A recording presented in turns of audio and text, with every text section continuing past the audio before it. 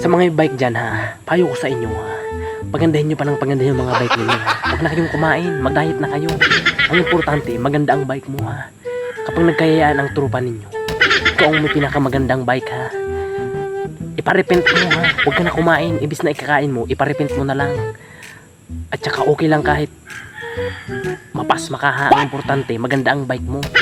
Okay lang kahit mamatay ka sa gutom, ang importante, maganda ang abs mo ha. At saka okay lang ha, okay lang kahit pangit ang yung jowa ha. Ang halaga, maganda ang bike mo ha.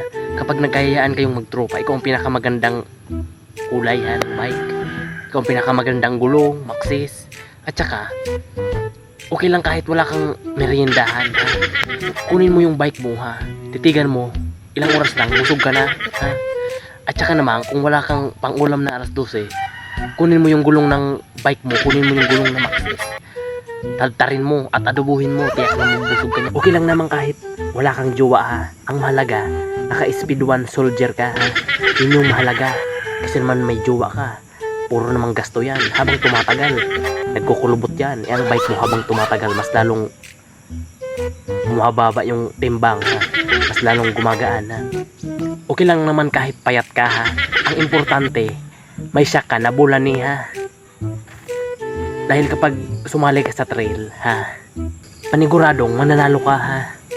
Huwag ka nang bumili ng brief ha, huwag ka nang bumili ng short. Okay lang yan kahit punit-punit. Ang mahalaga, upgrade yung bike mo ha. Sobrang gaan. At tiyak na sa magtutropa nyo, ikaw ang pinakamagaan na bike ha. Okay lang yan kahit mapasma ka. Ang importante, makakuha ka ng mga medalya ha. Itimpla mo sa kape yung medalya, supa-supain mo yan, tiyak na masarap yan.